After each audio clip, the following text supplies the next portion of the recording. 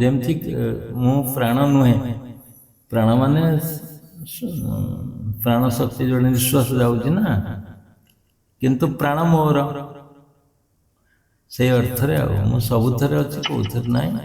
ତାମାନେ ତାର କ୍ରିଏସନ, ପ୍ରାଣ ବି ତାର ସୃଷ୍ଟି, ମନ ବି ତାର ସୃଷ୍ଟି, ଶରୀର ମଧ୍ୟ ସୃଷ୍ଟି, ସବୁ ସୃଷ୍ଟିର ସମାହାର। ଇଏ ସେମିତି ପ୍ରାଣ ନୁହେଁ, ପ୍ରାଣ ତୁମର ପ୍ରାଣ, ପ୍ରାଣଧନ ମାନେ ଅତି ନିଜର, ଅତି ନିଜର ଯୋଉଠି ସେଠି ପ୍ରାଣ ଲାଗେ। ତୁମ ପ୍ରାଣ ମାନେ ଯେମିତି ପ୍ରାଣଟା ଛାଡ଼ିଗଲେ ମଣିଷ ମରିଯାଏ ବା ନଷ୍ଟ ହେଇଯାଏ, ତେଣୁ ଅତି ନିଜର, ଅତି ସମ୍ପର୍କୀୟ, ଅତି ଆବଶ୍ୟକ ଯଦି କିଛି ଥାଏ, ଗୋଡ଼ କଟିଗଲେ ତମେ ବଞ୍ଚିବ, ପ୍ରାଣ ନ ରହିଲେ କେମିତି ବଞ୍ଚିବ? ପ୍ରାଣଟା ସେଇ ନିଶ୍ୱାସ କୁହାହଉଛି, ପ୍ରାଣ ବି ସେଇ ନିଶ୍ୱାସ।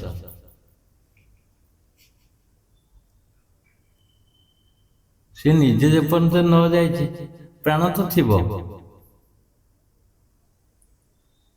ନିଜେ ଯେପର୍ଯ୍ୟନ୍ତ ନ ଯାଇଛି ପ୍ରାଣ ଥିବ, ପ୍ରାଣ ରହିବାକୁ ବାଧ୍ୟ। ହଉ, ତେବେ କାଲିର ସତ୍ସଙ୍ଗ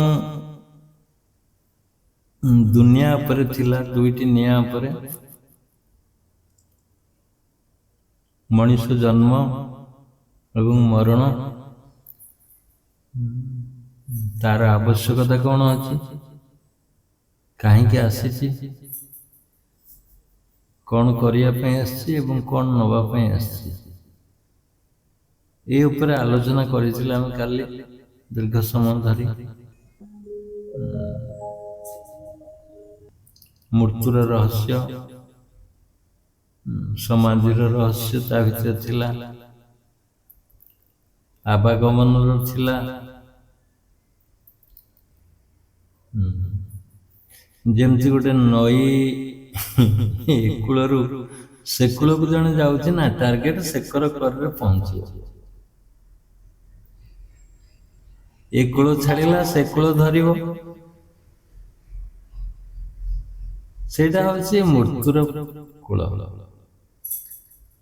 ମନେ କରନ୍ତୁ, ମୃତ୍ୟୁର କୂଳ, ଏ ପାରିରୁ ଜନ୍ମ ହେଲେ ସେ ପାରିଟା ହଉଛି ମୃତ୍ୟୁ। ତୁମେ ମଧ୍ୟ ମଝିରେ ଅଛ, ସେ ମୃତ୍ୟୁ ଆଡ଼କୁ ଯାଉଛ। ଏକ ଅର୍ଥରେ କହିଲେ ତୁମେ ସେ କୂଳରେ ଲାଗିଗଲା ମାନେ ସରିଗଲା, ଏଇ ତ ଜୀବନ। କାଲି ଆପରେ ବହୁତ ବିସ୍ତୃତ ଭାବରେ ଆଲୋଚନା ଆମେ କରିଥିଲେ। ଆଜି ତ ସବଜେକ୍ଟ ମୁଁ କିଛି ଆଣିନି, ତଥାପି ଏଇଠୁ ବର୍ତ୍ତମାନ ତିଆରି ହେଇପାରେ ସବଜେକ୍ଟ, କିଛି ନାହିଁ, ସବଜେକ୍ଟ ତିଆରି ହବ, ସବଜେକ୍ଟ ନଥାଏ, ସବଜେକ୍ଟ ଆଣିକିରି କିଛି କହି ହୁଏନି। ଆସନ୍ତା ଶନିବାର ଆମେ ଶକୁନ୍ତଳାପୁର ଯାଉଛୁ, 15 ଦିନ ଥରେ, ସେ ଫିକ୍ସ ହେଇଯାଇଛି ଅଲରେଡି। ଶନିବାର ଯାଉଛୁ, ରହୁଛୁ, ରବିବାର ସତ୍ସଙ୍ଗ ସାରିକିରି ଆସୁଛୁ। ଗୋଟେ ସିଷ୍ଟମ ହେଇଗଲାଣି, ଯାଉନଥିଲୁ 8 ବର୍ଷ ହେଲାଣି, ପୁଣି ଗୋଟେ ନୂଆ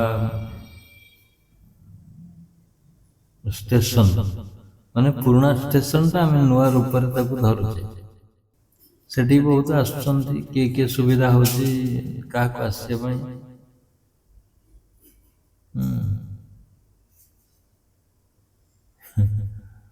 ତେଣୁ ଶକୁନ୍ତଳାପୁର ଆମର ଅତି ପ୍ରିୟ ଜାଗା। ଦେଖିବାକୁ ଗଲେ ପୃଥିବୀରେ ତମେ ଜନ୍ମ ନେଇଛ ସେଇଠି ନା, ସେଇ ମାଟି, ପବନ, ଆକାଶ। ଆମେ ଯଦି କହିବା ଆକାଶ ତ ସମାନ, ସମାନ ନୁହେଁ, ଏ ଆକାଶର ଜଳବାୟୁ ସେ ଆକାଶ ଜଳବାୟୁ ଛାଡ଼ିବ, ତେଣୁ ଆକାଶ ବି ଭିନ୍ନ। ତେଣୁ ସେଇ ଧୂଳି ମାଟି ପାଣି ପବନ ନଈ ପାହାଡ଼ ବିଲ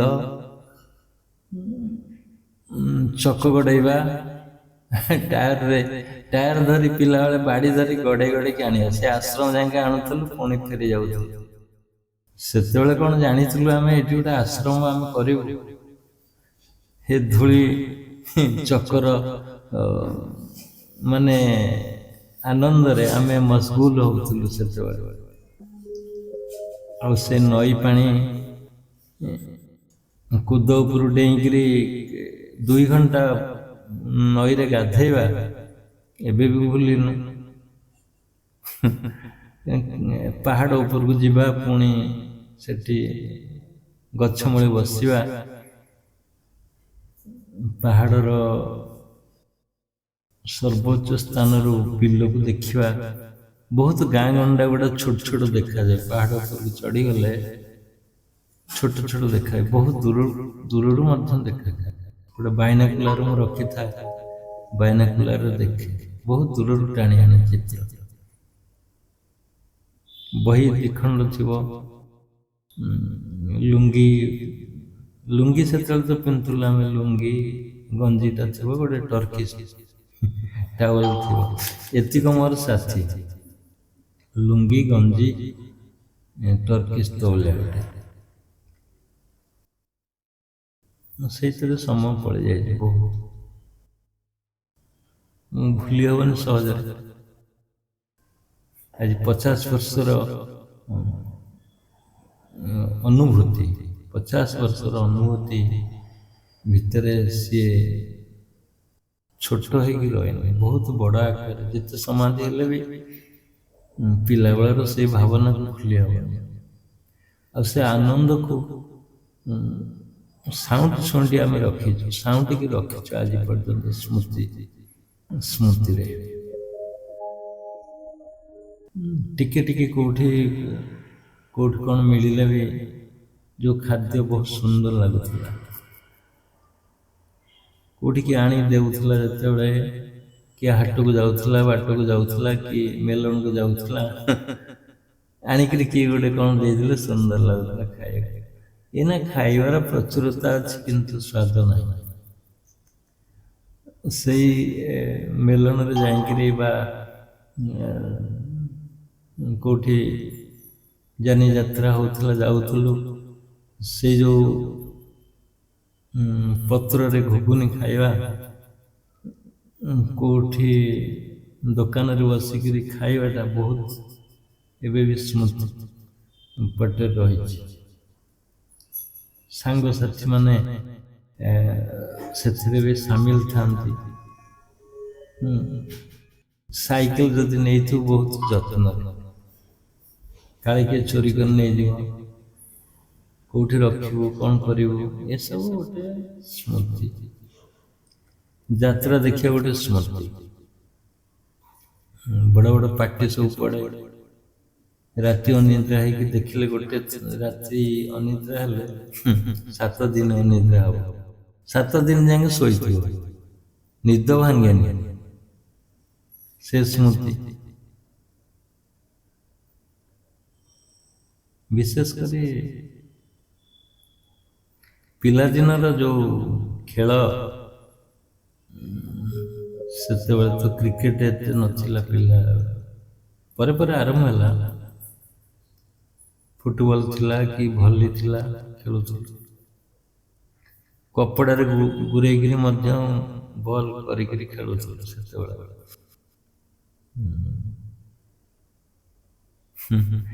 ଏବେ ତ ପିଲାମାନେ ଲାପଟପରେ ଖେଳୁଛନ୍ତି, ଆମେ ତ ରାତି 11ଟା ଯାଏ ଖେଳୁଥିଲୁ। ରାତି 11ଟା ଯାଏ ଖେଳୁଥିଲୁ, ଜହ୍ନ ପଡ଼ିଥିବ, ଆଉ ଫେରିବନି ସେଗୁଡ଼ା ସବୁ।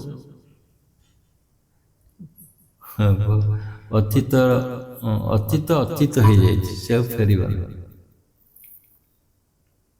ସେମିତି ଆଜି ଯୋଉ ଷ୍ଟେଜରେ ଆମେ ଅଛେ, ଇଏ ବି ଫେରିବନି। କାଲି ଯୋଉ ଥିଲା ଆଜି କି ଆସିବନି, ମନେ ରଖନ୍ତୁ। କାଲିର ଯୋଉ କଳ୍ପନା ଥିଲା, କାଲିର ଯୋଉ ଖାଦ୍ୟ ଥିଲା, କାଲିର ଯୋଉ ଭାବନା ଥିଲା, କାଲିର କାର୍ଯ୍ୟକ୍ରମ ଥିଲା, ସେ ବି ଆଜି ନାହିଁ, ଗାୟବ, ଅତୀତ ହେଇଯାଉଛି। ଆଜିର ଗୀତ ମଧ୍ୟ ଅତୀତ ହେଇଗଲା। ବର୍ତ୍ତମାନ ଯୋଉ ଗୀତ ଗାଉଥିଲେ ସିଏ ବି ଅତୀତ ହେଇଗଲା। ଏମିତି ଅନେକ ଅତୀତ ଆମେ ଛାଡ଼ିକିରି ଆସି ଏଠି ପହଞ୍ଚିଛେ। ଦିନ ଦିନ କେତେ ଦିନ ବିତିଗଲାଣି, କେତେ ଦିନ ବି ବିତିଗଲାଣି। ଚିନ୍ତନ କରନ୍ତୁ, କେବେ ଭାବିଛନ୍ତି କି ଯୋଉଟା ଆମେ ଗ୍ରହଣ କରିଥିଲେ ବା ଛାଡ଼ିଥିଲେ ବା ସେଥିରେ ଆମେ ପୂର୍ଣ୍ଣ ଭାବରେ ଥିଲେ, ଏ ଅତୀତ ଗୁଡ଼ା, ଅତୀତ ଆଉ ଫେରିବନି, ଏ ସାଉଁଟିକି ରଖିଲେ ବି ରହିବନି, ବୁଝିଲେ, ରହିବନି, ସେଗୁଡ଼ା ପଳେଇବ। ଆଜିର ସେମିତି ଦିନ ପଳେଇବ। କୂଳକୁ ଲାଗୁଥିବା ଡଙ୍ଗାଟା ମୃତ୍ୟୁର କୂଳ, ସେଇଟା ଲେଖନ୍ତୁ। ଯଦି ବୋର୍ଡରେ ଲେଖାଯାଏ ଆର ପାରିକି ଯଦି ଲେଖାଯିବ ଏଇଟା ହଉଛି ମୃତ୍ୟୁର ସ୍ଥାନ, ସେଇ ଘାଟଟା ହଉଛି ମୃତ୍ୟୁର ଘାଟ, ଯୋଉଠି ତୁମେ ପହଞ୍ଚିବ, ଯୋଉଠି ଡଙ୍ଗା ଲାଗିବ। ଏଇଟା ଅସତ୍ୟ କେବେ ନୁହେଁ, କେବେ ଅସତ୍ୟ ନୁହେଁ। ସେଇ ଡଙ୍ଗାରେ ଆମେ ଚାଲୁଛେ, ସଂସାରର ଡଙ୍ଗା ବହି ବହି ଚାଲୁଛେ। ଆହୁଲା ମାରୁଛେ, କାତ ମାରୁଛେ ବା ମଟର ଚାଳିତ ଡଙ୍ଗାରେ ଆମେ ବସିକିରି ଆଗକୁ ଆଗକୁ ଯାଉଛେ। ଯଦି ଅତ୍ୟୁକ୍ତି ହବନି, ଯଦି ଲେଖି ଦିଆଯାଏ ଏଇଟା ହଉଛି ମୃତ୍ୟୁର ଘାଟ, ସେଇଠି ପହଞ୍ଚିବା, ଏଇଟା ନିଶ୍ଚିନ୍ତ ସତ୍ୟ। ଅତୀତ ବହି ଯାଇଛି, ନିଶ୍ଚିନ୍ତ ସତ୍ୟ। ବର୍ତ୍ତମାନ ମଧ୍ୟ ଅତୀତ କାଲିକି ହେଇଯିବ, ଏଇଟା ନିଶ୍ଚିନ୍ତ ସତ୍ୟ। ଆସନ୍ତା ଭବିଷ୍ୟତ, କାଲିର ଭବିଷ୍ୟତ ବି ସିଏ ଦିନ ଅତୀତ ହେଇଯିବ। ଗୋଟେ ଦିନ ନୁହେଁ, ମାସ ବର୍ଷ ବି ଅତୀତ ହେଇଯିବ। ଭବିଷ୍ୟତ ଯୋଉଟା ସେଇଟା ଅତୀତ ହେଇଯିବ କିଛି ଦିନ ପରେ, ଇଏ ବି ସତ୍ୟ। ମୋର କହିବାର କଥା ହଉଛି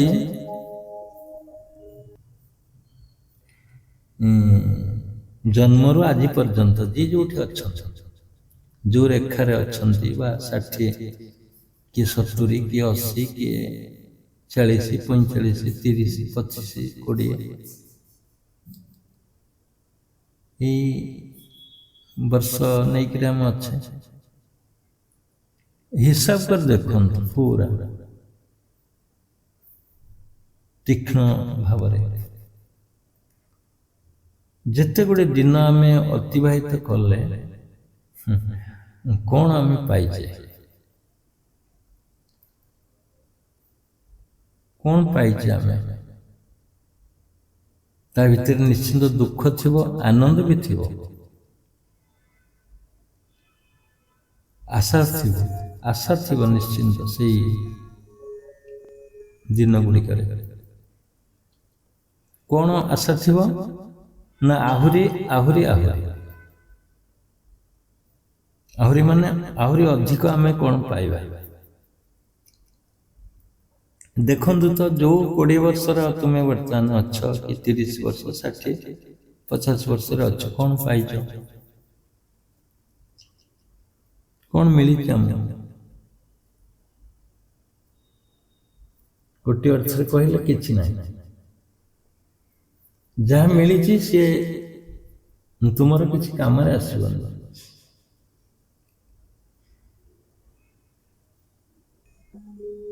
ଏମିତି ନ ମିଳିବାର ସୂଚନାରେ ଆମେ ସେଠି ପହଞ୍ଚିବା, ଯୋଉ ଘାଟ ଆମକୁ ଅପେକ୍ଷା କରିଛି, ଗ୍ରୀନ ଲାଇଟ୍ ଦେଖେଇଛି, ସେଇଠିକି ଯିବା। ଗୋଟିଏ ଗ୍ରୀନ ଲାଇଟ୍ ନା ହଜାର ହଜାର ଗ୍ରୀନ ଲାଇଟ୍ ଅଛି, ସ୍ୱାଗତ କରିବ ନା ସେ ଗ୍ରୀନ ଲାଇଟ୍। ରେଡ ହେଲେ ତ ତମେ ବ୍ୟାକ୍ ହବ, ନାଇଁ ଯିବିନି। ସେ ଗ୍ରୀନ ଆଲୋକରେ ଆମକୁ ସ୍ୱାଗତ କରୁଛି, ମୋତେ ଅପେକ୍ଷା କରୁଛି। ଆମେ ଯେକୌଣସି ଜିନିଷ ଆମେ ଗ୍ରହଣ କରିଛେ ଆଜି ପର୍ଯ୍ୟନ୍ତ, ସେ ବ୍ୟର୍ଥ, ବେକାର, ନିରର୍ଥକ, ଅବାସ୍ତବ, ଆଶା ଶୂନ୍ୟ, ମରିଚିକା। ଭୟ ଅଛି ସେଥିରେ, ଆଶାରେ ଲୋଭ ଅଛି, ହିଂସା ଅଛି, ଦ୍ୱେଷ ଅଛି, ଅହଙ୍କାର ଅଛି, ଅସୀମତାର ଭାବ ଅଛି। ଆଉ ଯୋଉ ସଂସାର ଧରିକିରି ଆମେ ସାଙ୍ଗ ହେଇକି ଗୋଟେ ନାଁରେ ଯାଉଛେ, ସେ ନାଁରେ କିଏ ଅଧାରୁ ବଳି ପଡ଼ିବ, କିଏ ବସିଥିବ। ତୁମେ ଗୋଟେ ପରିବାରରେ ସବୁ ଯେ ଏକତ୍ରିତ ହେଇକି ଜଣେ ମରିଯିବ, ସମସ୍ତେ ମରିଯିବେ ତାହା ନାହିଁ। ତମକୁ ବିଚ୍ଛେଦର ଭାବରେ ମରିବାକୁ ପଡ଼ିବ। ବାପା ମରିଯିବେ ଆଗେ, ପୁଅ ମରିବ, ତାର ପୁଅ ମରିବ, ଜେଜ ଆଗରୁ ମରିଥିଲେ, ଏ ସିରିଏଲ ମରଣ ପାହାଚରେ ପହଞ୍ଚିବେ। ଆକଳନ କରନ୍ତୁ, ଏଇଟା ନିଶ୍ଚିନ୍ତ ସତ୍ୟ। କିଛି ଆମେ ଗ୍ରହଣ କରିନେ ଏପର୍ଯ୍ୟନ୍ତ। ଏଇ ବିଚାରକୁ ଆଣନ୍ତୁ, ଜାଣିପାରିବ ମୁଁ କଣ କରିବି, ଭବିଷ୍ୟତରେ ଆଲୋକ ଦେଖାଯିବ।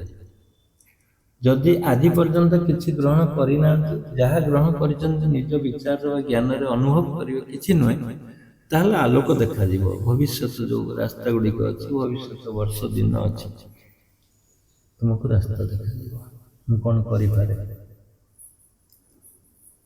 ଯଦି ଅତୀତ ତୁମର ଠିକ ଅଛି, ତମ କାଲକୁଲେସନରେ ବା ତମ ବିଚାରରେ ହଁ ଠିକ, ସବୁ ମତେ ଠିକ ଲାଗିଲା, ଏଇଟା ଠିକ ଥିଲା, ସେଇଟା ଠିକ ଥିଲା, ତାହେଲେ ଭବିଷ୍ୟତ ମଧ୍ୟ ସେୟା ହେଇଯିବ, କିଛି ପାଇବାନି। ଅତୀତର ହିସାବକୁ ଯଦି ତୁମେ କାଟି ପାରିବ ଜ୍ଞାନରେ, ତାହେଲେ ଭବିଷ୍ୟତର ଆଲୋକ, ଭବିଷ୍ୟତର ଈଶ୍ୱର, ଭବିଷ୍ୟତର ଯୋଉ ସତ୍ତାଟା ବା ପ୍ରାପ୍ତ ଜିନିଷଟା ତୁମକୁ ସୁଗମ କରିବ ବା ସାଧନ କ୍ଷେତ୍ରରେ ତୁମକୁ ନେଇଯିବ ଆଗକୁ। ତୁମକୁ ସାଧନ କ୍ଷେତ୍ରରେ ଆଗକୁ ନେଇଯିବ, ଆଗକୁ ନେଇଯିବ। ନାଇଁ ତ ସେଇ ସେମିତି ବୁଲିବାଲିକିରି ସକାଳୁ ଉଠିବ, ସନ୍ଧ୍ୟାରେ ଶୋଇବ, ସନ୍ଧ୍ୟାରେ ଖାଇବ ପିଇବ, ରାତିରେ ଶୋଇବ, ରାତି କଟିଯିବ, ପୁଣି ସକାଳ ଆସିବ, ସୂର୍ଯ୍ୟ ଉଦୟ ହେବେ, ସୂର୍ଯ୍ୟ ଅସ୍ତ ହେବେ, ତା ଭିତରେ ତୁମେ ଏପଟ ସେପଟ ହବ, ଧାଁ ଧଡ଼ କରିବ, ଗାଁ ଗଣ୍ଡା ସହର ବଜାର ବୁଲିବ, ମାର୍କେଟିଂ କରିବ, କାହାକୁ କେତେ ପଦ କଥା କହିବ, ପୁଣି ଶୋଇପଡ଼ିବ। କାହାକୁ ଟଙ୍କା ଦବାର ଥିବ, ସେଇ କାମ କରିବ, ପୁଣି ଶୋଇବ। ନା ତା ଭିତରେ କଣ ଅଛି ଦେଖନ୍ତୁ, ଦବା ନବାର ସମ୍ପର୍କ ଭିତରେ ସଂସାର। ତୁମେ ଆଣିଛ ଦବ ବା ଦେଇଛ ଆଣିବ,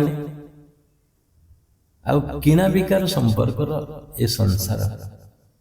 ତୁମେ କିଛି କିଣିବ ବା କିଛି ବିକିବ, ବାସ୍ ଦୁନିଆଟା ଏଇଟା, ଆଉ କିଛି ନାହିଁ, ଖାଲି ବାୟର ସେଲର।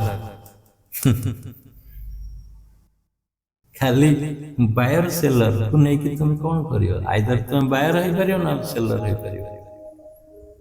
ଏମିତି ହେଇ ସରିଯିବ ଦିନ ଗୁଡ଼ିକ, ଖୁବ ଶୀଘ୍ର ସରିଯିବ, ଖୁବ ଶୀଘ୍ର। ଆଉ ଅଳ୍ପ ସମୟ ବାକି ଅଛି, ମୁଁ କହିଛି ଖୁବ ଅଳ୍ପ ସମୟ। କେତେ କେତେ ତୁମ ଡ୍ରେସକୁ ଆଇରନ୍ ଦେବ,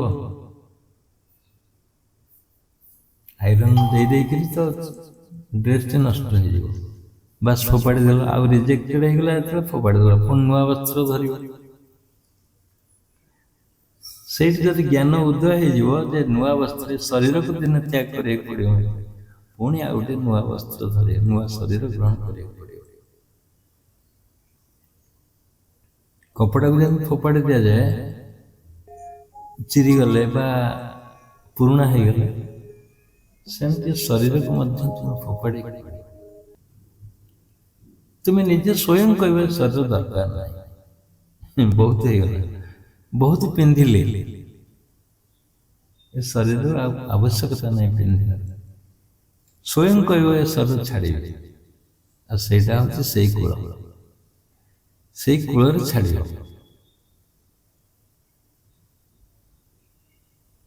ଯଦି ଶରୀରକୁ ତୁମେ ଏତେ ସଜଉଛ, ପରଫ୍ୟୁମ୍ ଲଗେଇ ଦଉଛ, ସେଣ୍ଟ ଲଗେଇ ଦଉଛ ବା ସାବୁନ ଲଗେଇ ଦଉଛ, ହଳଦୀ ଲଗେଇ ଦଉଛ, ତେଲ ଲଗେଇ ଦଉଛ, ଯତ୍ନରେ ଆଦର କରି ରଖିଛ ଶରୀର, ସେ ତ ରହିବନି, ଛାଡ଼ିବାକୁ ପଡ଼ିବ ତୁମକୁ ଶରୀର।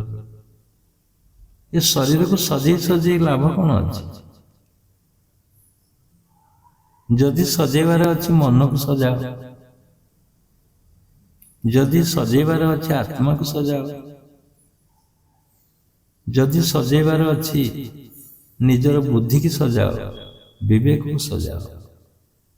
ଶରୀରକୁ ସଜେଇ କିଛି ଲାଭ ନାହିଁ। ଶରୀର ରଥ ସଦୃଶ ବା ଯାନ, ନଷ୍ଟ ହେଇଯିବ ଦିନେ ଶରୀର। ଆମେ ବେଶୀ ଆଦର କରୁନେ କି ଶରୀର? ସକାଳୁ ଉଠିଲେ କାହାକୁ କହୁଛ ମୋ ଗୋଡ଼ ଟିକେ ମୋଡ଼ି ଦିଅନ୍ତେନି, ଆଙ୍ଗୁଠି ଟିକେ ଫୁଟେଇ ଦିଅନ୍ତେନି, ହାଇ ମାରୁଛ, ହାତ ଟେକୁଛ ଉପରକୁ, ତକିଆ ଉପରେ ହାତ ମୋଡ଼ି ମାଡ଼ି ଥୋଇ ପୁଣି କରବଟ ଏପଟକୁ ଓଲଟଉଛ, ପୁଣି ସେପଟକୁ, ସେପଟେ ଏପଟକୁ ଓଲଟି ଉଠୁଛ। ଶରୀର ଆଳସ୍ୟ ଭାଙ୍ଗିବା। ତୁମର ଗୋଟେ ବଡ଼ ଜ୍ଞାନ ହେଇଯାଉ, ଏ ଶରୀରଟା ମୋର ଅଛି, ମୁଁ ତାକୁ ବିନିଯୋଗ କରୁଛି, ମୁଁ କିନ୍ତୁ ତା ଭିତରେ ଅଛି। ଏଇଠି ଜବରଦସ୍ତ ଆତ୍ମଦର୍ଶନ ହେଇଯାଏ। ଯଦି କିଛି ଦିନ ତୁମେ ଅନୁଭବ କରିବ ଏ ଶରୀର ଅଛି, ମୁଁ ତା ଭିତରେ ଅଛି, ଆଉ ଶରୀର ଜ୍ଞାନ ରହିବନି, ତୁମର ନଷ୍ଟ ହେଇଯିବ। ଆତ୍ମଜ୍ଞାନ ଉଦୟ ହେବ। ନୋଟେଇ ଦେଲ ଶରୀରକୁ, ଏପଟ କରିଦେଲ, ସେପଟ କରିଦେଲ, ହାଇ ମାରିଦେଲ, ଏ ସବୁ କାମ ଶରୀରର କାମ। ତୁମେ କିନ୍ତୁ ତା ଭିତରେ ଅଛ, ସୁରକ୍ଷିତ ହେଇକିରି ଅଛ, ପୂର୍ଣ୍ଣ ସୁରକ୍ଷିତ। ତେଣୁ ଯେତେବେଳେ ଏଇ ଜ୍ଞାନ ହେଇଯିବ ତୁମ ଭିତରେ, ମୁଁ ଅଛି ଶରୀର ଭିତରେ, ମୁଁ ଉଠିଲି, ମୁଁ ଗାଧେଇଲି, ମୁଁ ଶୋଇଲି, ମୁଁ ଖାଇଲି, ମୁଁ ଦାନ୍ତ ଘଷିଲି, ଏ ଶରୀରକୁ ନେଇକିରି, ଏ ଶରୀରକୁ ନେଇକି ସବୁ ମୁଁ କରୁଛି। ଦେଖନ୍ତୁ ଶରୀରଟା ମୂଲ୍ୟବାନ ନୁହେଁ କି? ଶରୀର ନଥିଲେ କିଛି କରିପାରିବନି। ଶରୀର ତୁମର, କିନ୍ତୁ ତୁମେ ଶରୀର ନୁହେଁ। ଶରୀର ତୁମର, ଯେମିତି ମୋ ଘର ମୋ ଶରୀର, ଘରଟା ତୁମେ ନୁହେଁ। ମୋ ଖଟ, ମୋ ଡାଇରୀ, ମୋ ବହି, ମୋ ପେନସିଲ, ମୋ ଡଟ୍, ମୋ ସାର୍ଟ, ମୋ ପ୍ୟାଣ୍ଟ, ମୋର ମୋର ଯୋଉଠି ଲାଗିଲା ସେଇଟା ତୁମର, ତୁମେ ନୁହେଁ। ସେମିତି ମୋର ଶରୀର, ଶରୀର ତୁମେ ନୁହେଁ। ସେମିତି ମୋର ମନ, ମନ ତୁମେ ନୁହେଁ। ମୋ ମନ ଭଲ ଲାଗୁନି ଆଜି, ତାମାନେ ମୋ ମନ, ମୁଁ ନୁହେଁ। ମୋ ବୁଦ୍ଧି କାମ କଲାନି, ବୁଦ୍ଧି ବି ତୁମେ ନୁହେଁ।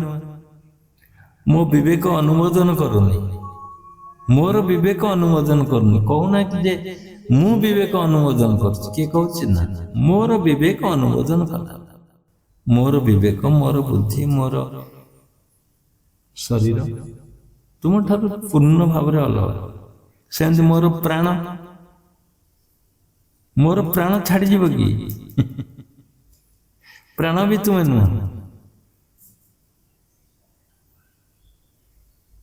ତାହେଲେ ତୁମେ କିଏ? ଯଦି ଏଗୁଡ଼ା ସବୁ କିଛି ନୁହଁ, ଖଟ ନୁହେଁ କି, ପେନସିଲ ନୁହେଁ କି, ଡଟ୍ ନୁହେଁ, ବହି ନୁହେଁ, ସାର୍ଟ ନୁହେଁ, ପ୍ୟାଣ୍ଟ ନୁହେଁ, ଏ ତ ଇଜି କଥା। ତୁମଠୁ ପାର୍ଥକ୍ୟ ଅଛି ନିଶ୍ଚିନ୍ତ ଭାବରେ, କିନ୍ତୁ ଶରୀର ତୁମେ ନୁହଁ। ପୁଣି ମନ ବି ତୁମେ ନୁହଁ, ଯାହାକୁ ଧରି ଏତେ ଡେଉଁଛ, ନାଚୁଛ। ମନ ଆଜି କେମିତି ତୁମକୁ ବସେଇ ଦେଇଛି କୁଆଡ଼େ? ନା ତୁମେ ବସେଇ ଦେଇଛ ମନ? ଯେଉଁମାନେ ଆଜି ଏଠି ବସିଛନ୍ତି, ତୁମେ ମନକୁ ବସେଇଛ। ମନ ନିଶ୍ଚିନ୍ତ ତୁମକୁ ଖୋରାକ ଦେଇଥିବ ଅନ୍ୟ ଆଡ଼େ ଯିବା ପାଇଁ। ବିଚାର କରନ୍ତୁ ଭଲ ଭାବରେ। ଆଉ ଯେଉଁମାନେ କନଫର୍ମ ହେଇକି ରହିଛନ୍ତି, ମୁଁ ଶନିବାର ରହିବି, ରବିବାର ରହିବି, पूरा कन्फर्म कर मन को मन टाणी जो मैंने मन अधीन अच्छा से मन आज टाणी खुंपी भूल तुम्हें भूल आनी बस मन मन निश्चित आर्गुमेंट कर तुम सहित कौन सत्संग शुण दिवस रोजगार हम ना अन्य आड़े गले एठी कौन अच्छे कहार बंधु आसी पहुंच जाऊँ घरे मन डाकी आनी बंधु को ना हाय हेलो कहीकि से बंधु भी जाने बंधु भी ग्रह रूप में तुम घर पहुंचे रविवार शनिवार देखिए आसो खोज तुमको डिस्टर्बांस कर मन टाणी आनी ये तो मन कह मो कथा तो मानुनी बंधु बांधव को आनी थोदे मान बंधु बांधव आसले तुम जो खासी मांस आने जीव कौटी ना मसरूम आण ना भल आइटम जेन या से आइटम धरिक आस बास रोसे लगे खड़िका धरल डिक्ची धरल सत्संग कान जदि आवश्यक हो दब ना पूरा डिटाचमेंट हो जाए पूरा डिटाचमेंट हो जाए तेणु मन जो भूल तुम नचुची तुम्हें जब कन्फर्म कर दियो कह बाबा मु शनिवार रही रविवार रही मत कहीं नहीं पार ना कुआड़े मुझे एमती केते जन अच्छा पूर्ण भाव मन को जन वार्निंग दे खबरदार मत डाकबुनि के खबरदार मत डाकबुनि से मन आज्ञा मन हजूर मन कह हजूर आज्ञा मु जानिली मु आउ डाक हाथ जोड़ छिड़ा हो खंडे दूर तुम्हें जो हाल्का कि कही देखा सत्संग जब सुजोग हुए रहा ना जावा मन जानी मन तो अति पाखे अच्छे ना सी जानी लुज पॉइंट कौटी तुम टाणी नहीं जाओ खंडे दूर तेणु ये सत्संग मध्यम कही रखुची मन को कड़ा जवाब दे दियो शनिवार डाकबुनि कि रविवार डाकबुनि बंधु बांधव आणबुनि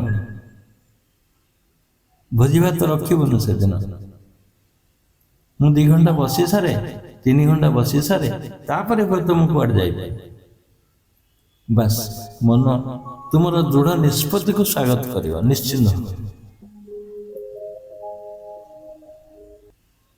बुझे तेणु मन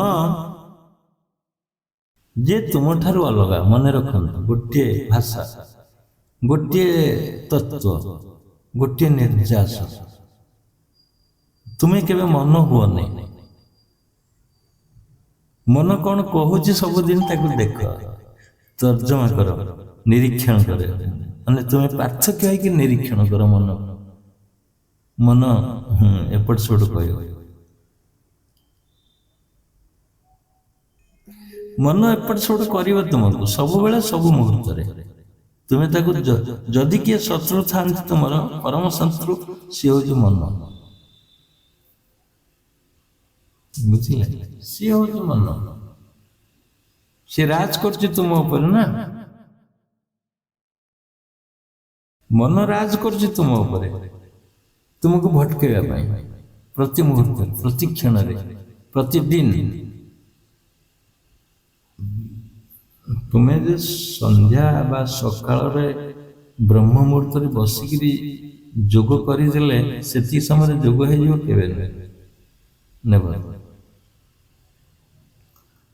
तुम्हें मन सहित जिते आह्वान आसूची ता सहित जोग कर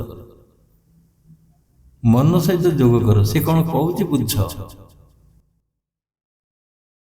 से फसईदेव तुमको तुम्हें सतर्क भाव में जब शत्रु किए था पृथ्वी सी हूँ मन तुम कारण सी राज कर तुम उपरे तुम्हें तापर राज करिया शिख प्रति मुहूर्त राज कर तापर मन मन जहाँ कह तुम शुणनी ତୁମର ଯାହା ବିଚାର ଶକ୍ତି ଆସିବ ସ୍ୱତନ୍ତ୍ର ଭାବରେ ଚିନ୍ତା କରିବ, ଏଇଟା ମୁଁ କରିବି ସେଇଟା କରିବ। ଜମା ମନର ଫାଶରେ ପଡ଼ନି। ସେ ଫାଶ ତୁମକୁ କହୁନି ଯେ ଫାଶ ଧରିକିରି ଆସିଛି ତୁମ ବେକରେ ପକେଇବ, ଟାଣି ଟାଣି ନେବ। ଏମିତି ତ କେତେ ବର୍ଷ ହେଲା କଲାଣି ନା, 60-70। ଯିଏ ମରିବାକୁ ଅଛି 5 ଦିନ, ମନ ବି ତାକୁ ଆକ୍ରମଣ ବାନ୍ଧିକି ରଖିଛି।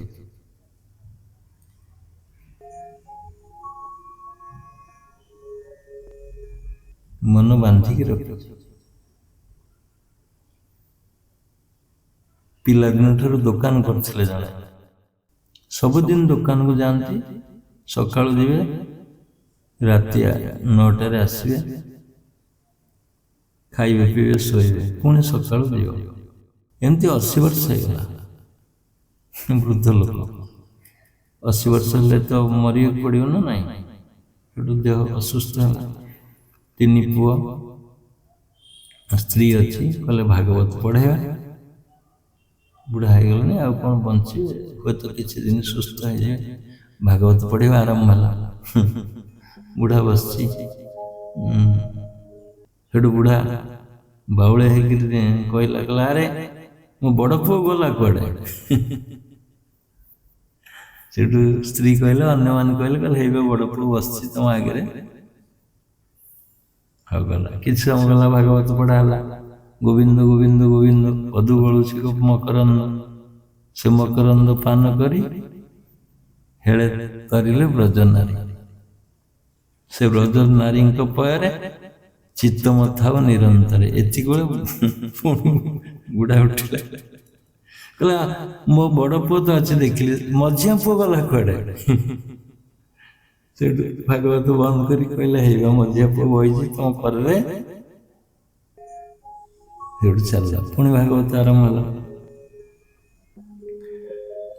ସେ ମକରନ୍ଦ ପାନ କରି ହେଳେ ତଳିରେ ବ୍ରଜନାରୀ, ବ୍ରଜନାରୀଙ୍କ ପରେ ଚିତ୍ତ ଥାଉ ନିରନ୍ତରେ, ଚିତ୍ତ ନିରନ୍ତରେ ଥାଉ ହେ କୃଷ୍ଣ ବୋଲି ପ୍ରାଣ ଯାଉ। ଭାଗବତ ପଢ଼ା ହଉଛି, ଭାଗବତରେ ବୁଢ଼ାର ମନ ନାହିଁ। କହୁଛି ଏଇ ଯୋଉ ମୋ ସାନ ପୁଅ ପୁଣି କୁଆଡ଼େ ଗଲା? ଭାଗବତ ମଝିରେ ବୁଢ଼ା ଦେଖୁଛି, ତର୍ଜମା କରୁଛି। ଭାଗବତର କୋଉ ଅକ୍ଷର ତାର ମାଲୁମ ନାହିଁ, ତା ଚିନ୍ତନରେ ସିଏ ଅଛି, କାହିଁକିନା ବହୁ ଦିନର ଅଭ୍ୟାସ ନା। ସେଠୁ ସମସ୍ତେ କହିଲେ, ଏଇପା ତମ ପଛପଟରେ ବହିଛି ସାନ ପୁଅ।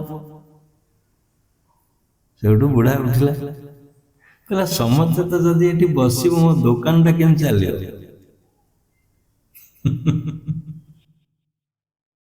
ସମସ୍ତେ ଯଦି ଭାଗବତ ଏଠି ବସି ପଢ଼ିବ, ମତେ ପଢ଼େଇବ, ମୋ ଦୋକାନଟା କେମିତି ଚାଲିବ? 3 ଦିନ ପରେ ବୁଢ଼ା ମରିଯିବ, ବୁଝିଲେ?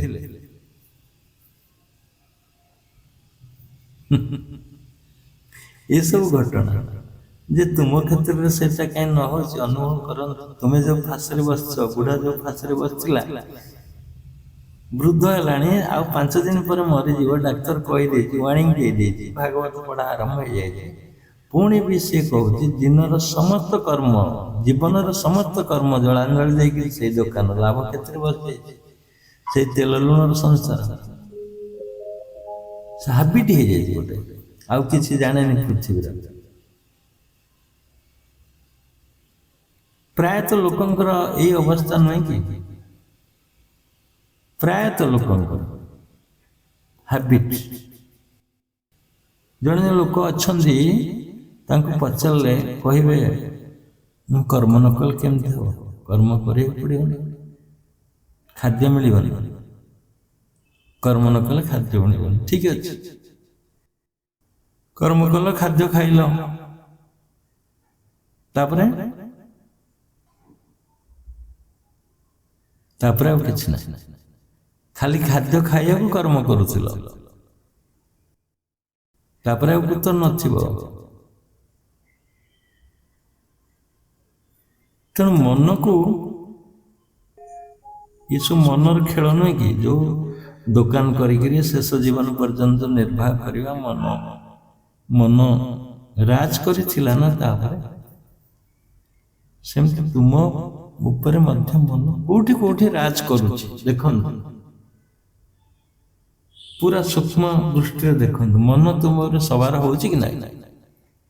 ଯୋଉ କଥା ନ କରିବା କଥା ତୁମେ କରୁଛ କି ନାହିଁ ମନ ଦ୍ୱାରା? ଅଭିମାନରେ ହଉ, କ୍ରୋଧରେ ହଉ, ଲୋଭରେ ହଉ, ଜୟଯୁକ୍ତ ହବାର ଆଶାରେ ହଉ, ଅମାନତ ବଢେଇବା ପାଇଁ ହଉ, ସରପ୍ଲସ୍ ଥାଉ, ଏଇ ଉଦ୍ଦେଶ୍ୟ ନେଇକି ମନ ତୁମ ଉପରେ ରାଜ କରୁଛି।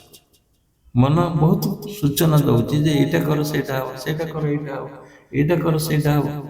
ଏମିତି ସେଇ ହିସାବ ଦେଖି ଦେଖି ଆସିଲାଣି ତୁମକୁ, ସେଇ ଫାନ୍ଦାରେ ତୁମେ ପଡିଛ। ତେଣୁ ତାକୁ ସତର୍କ ହୁଅ, ସେ କେବେ ତୁମର ନୁହେଁ। ମନ ତୁମେ ନୁହେଁ। ଆଜି ପର୍ଯ୍ୟନ୍ତ ଜ୍ଞାନ ଥିଲା ମନ ତୁମେ, କାରଣ ମନ ଯାହା କହୁଛି ତୁମେ କରୁଛ ନା। ତେଣୁ ମନେ ରଖ, ତୁମେ ମନ ନୁହଁ। ମନ ତୁମଠାରୁ ଅଲଗା। ତୁମକୁ ଉଲଝନ କରିବା ପାଇଁ ସେ ଅଛି, ରାଜ କରିବା ପାଇଁ ମନକୁ ଛାଡ଼ି ଦିଆଯାଇଛି ତୁମ। ତୁମେ ସ୍ୱତନ୍ତ୍ର ହେଇକି ବସ, ମନକୁ ନିରୀକ୍ଷଣ କର, ତାକୁ ଆଦେଶ ଦିଅ, ତାକୁ ଆଦେଶ ଦିଅ ମନକୁ।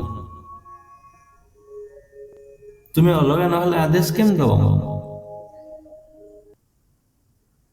ସେ ତ ଯାହା କହୁଛି ତୁମେ ସେୟା କରୁଛ। ମନ କହୁଛି ଘର କରିବା, ନା ହଁ ଘର କରିବା, ରଡ ଆଣିବା, ରଡ ଆଣିବା, ସିମେଣ୍ଟ ଆଣିବା, ସିମେଣ୍ଟ ଆଣିବା, ପ୍ଲାନିଂ ଆଣିବା, ପ୍ଲାନିଂ ଆଣିବା, ଚାଲିଲା। ସିଏ ଗୋଟେ ରେସରେ ଚାଲିଲା। ଏବେ ଏଠି ଜଣେ ଅଛନ୍ତି, ଆମ ଗାଁର ଲୋକ, ଏଠି ଭୁବନେଶ୍ୱରରେ ଘର କରିଛନ୍ତି, ଆମ ପାଖରେ ଅଛନ୍ତି, ରିଲେଟିଭ ହେବେ। ସିଏ ଏବେ ଘରକୁ ପଳେଇ ଯାଇଛନ୍ତି, ଘର ଆରମ୍ଭ କରିଦେଇଛନ୍ତି। ପୁଣି ଗୋଟେ ଚଣ୍ଡିଖୋଲ ଛତିଆ ଭିତରେ ଗୋଟେ ଘର କରିଦେଇଛନ୍ତି। ଏପଟରେ ସମ ପାଖରେ ଗୋଟେ ଘର କରିଥିଲେ, କରୁଛନ୍ତି। ଏଠି ମଧ୍ୟ ଘର କରିଛନ୍ତି। ଏନା ଘର କରିବା ନିଶାରେ ସିଏ ଅଛନ୍ତି। ଆଉ ଆମ କତିକି ଆସୁନାହାନ୍ତି କି ବସୁନାହାନ୍ତି କି ପାଖ ଛୁଉଁନାହାନ୍ତି। କୁଆଡେ ଯାଉଛ? ନା ଏଠି ଘର କାମରେ ଥିଲି। ଆଉ ପୁରା ନିଶା, ପରିଣତି ବୟସ।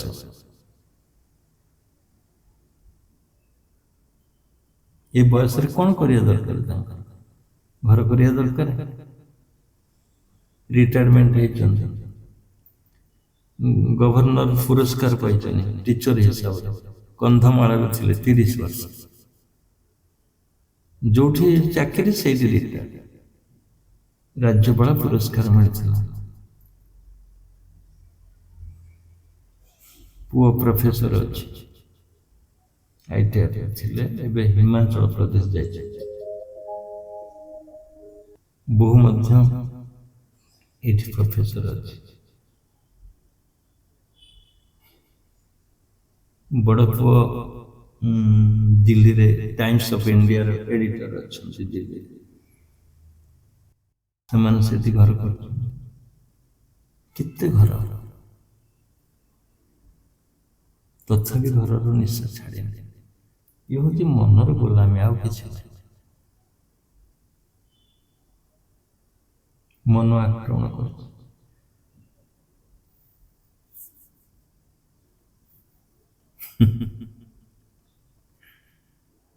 ତୁମେ ଘର କର, ମୁଁ ମନା କରୁନି, କିନ୍ତୁ ଆବଶ୍ୟକ ଅନୁସାରେ ଘର କର।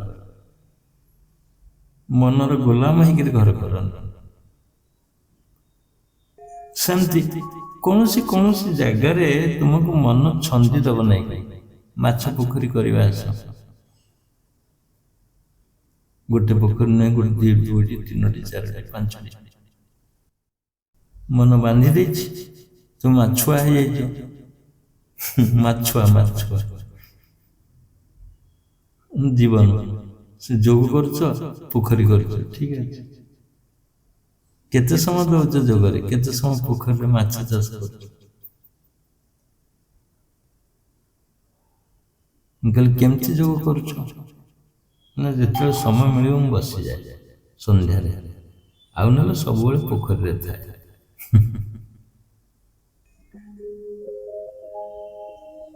ବୁଝନ୍ତୁ ମନଟା କେମିତି ଛନ୍ଦି ଦେଇଛି ତୁମକୁ। ବସ୍ କରିଛ, ଗୋଟେ ବସ୍, ଦୁଇଟି, ତିନୋଟି, ଚାରୋଟି, ପାଞ୍ଚଟି, ଛଅଟି, ସାତଟି, 10ଟି ବସ୍। ଆଶା ମେଣ୍ଟୁନି, ମନ ବାନ୍ଧି ଦେଇଛି ବସ୍ ପାଖରେ ତୁମକୁ ନେଇକି। 10ଟା ବସ୍ର ମାଲିକ। ଗୋଟିଏ ବସ୍ ତ କୋଟି କୋଟି ଟଙ୍କା ନା, ଆଜିକାଲିର ଗୋଟିଏ ବସ୍ କୋଟି ଟଙ୍କା।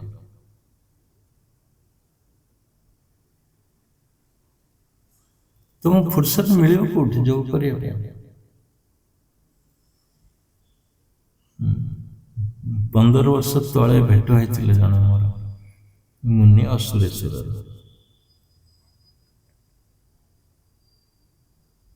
ମୁଁ କହିଲି କଣ କରୁଛ?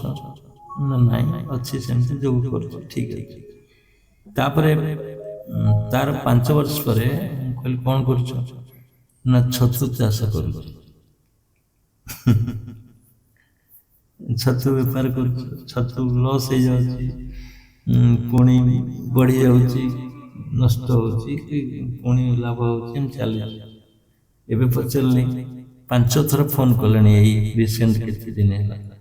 ନିରୁପାୟ, ନିରସ୍ତ୍ର, ନିରୁପାୟ, ନିରସ୍ତ୍ର, କିଛି ନାହିଁ ମୋର, ଆଉ ଶୂନ୍ୟ। ନା ଛତୁ ଅଛି ନା ଚାଷ ଅଛି। Hyper tension. କାହିଁକି? ନା ଛତୁ ଲସ୍ ହେଇଗଲା। ମନ ତ ବାନ୍ଧି ଦେଇଥିଲା ଛତୁ ପାଖରେ ନେଇକି, ଛଣ ପାଖରେ, କୁଟା ପାଖରେ। ଲୋଭ ଦେଖେଇକି ତମ ଜୀବନକୁ ନଷ୍ଟ କରିଦେଲା। କେତେ ସୁନ୍ଦର ଗୁଲ ଗୁଲ ଦେଖାଉଥିଲା ସେ ଶରୀର ସେତେବେଳେ ତାର, ମୁଁ ଦେଖିଛି। ବର୍ତ୍ତମାନ ଜରାଜୀର୍ଣ୍ଣ। କୌଣସି ପ୍ରଲୋଭନରେ, ମନର କୌଣସି ପ୍ରଲୋଭନରେ ତୁମେ ପଡ଼ନି। ସତର୍କ ରୁହ। ମନ ସମସ୍ତ ବ୍ୟବହାରିକ କାର୍ଯ୍ୟ ତମ ଦ୍ୱାରା କରେଇବ। ଆଉ ମନ ପରମ ଶତ୍ରୁ ତୁମର। ଆଉ ମିତ୍ର କେତେବେଳେ ପରମ ମିତ୍ର ବି ହେଇପାରିବ? କେତେବେଳେ? ନା ଯେତେବେଳେ ତୁମେ ତା ଉପରେ ସବାର ହବ। ଯେମିତି ଗୋଟେ ବଣୁଆ ହାତୀ, ଅମାନିଆ ହାତୀ ସବୁ କାମ କରିପାରିବ ତୁମର, ତୁମେ ତାକୁ ବଶ କଲେ ସିନା, ନହେଲେ ସିଏ ତ ତୁମକୁ ନଷ୍ଟ କରିଦେବ। ତୁମ ପାଖରେ ଅଛି ନା। ତୁମେ ଶତ୍ରୁକୁ ଯେତିକି ପରାସ୍ତ କରିବା ପାଇଁ ପ୍ରୟାସ କରୁଛ, ତା ଅପେକ୍ଷା ପରାସ୍ତ କରିବା ପାଇଁ ଚେଷ୍ଟା କର ମନ। ମନର, ତମର ସମସ୍ତ ବିଶୃଙ୍ଖଳାର କାରଣ ମନ। ଯେମିତି ଆମ ଗାଁର ମୁନିକି ପଚାରିଲେ, କେବେ ଯୋଗ କରିବୁ? ନା ଏ କାମ ସରିଗଲା ପରେ। ସେ କାମ ସରିଗଲା। କେବେ ଯୋଗ କରିବୁ? ନା ସେ କାମ ସରିଗଲା ପରେ। ସେ କାମ ସରିଗଲା। ବୁଝିପାରିଲେ? ଏପର୍ଯ୍ୟନ୍ତ ଯୋଗ କରୁନି। ଆମ ସହିତ ଆଡମିସନ ନେଇଥିଲା 28 ବର୍ଷ ତଳେ। ମନ ତାକୁ ଉଲଝନରେ ରଖିଛି। ଏଇଟା କର, ସେଇଟା କର, ସେଇଟା କର। ମନର ଗୋଲାମ ହେଇକି ରହିଛି ସେ। ବେଳେ ବେଳେ ଆଶ୍ରମ ଭିତରକୁ ଯାଏ। ମୁଁ କହିଲି କଣ ହଉଛି ଏବେ? ହସିଦବ। ଦେଖିବା, କରିବା ଆଉ। ତେବେ ଶତ୍ରୁକୁ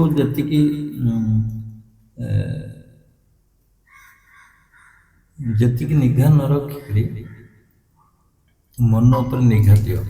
କାରଣ ଶତ୍ରୁ ମାନେ ଆତ୍ମା ତୁମର ଶତ୍ରୁ ହେଇଯିବ ବେଳେ ବେଳେ, ଆତ୍ମା ବି ମିତ୍ର ହେଇଯିବ। ତମକୁ ଉଦ୍ଧରେ ଦାତ୍ମନ ଆତ୍ମନ ଯୋଉ କୁହାଯାଇଛି, ଉଦ୍ଧରେ ଦାତ୍ମନ ଆତ୍ମନ, ଆତ୍ମା ଦ୍ୱାରା ଆତ୍ମାକୁ ଉଦ୍ଧାର କର,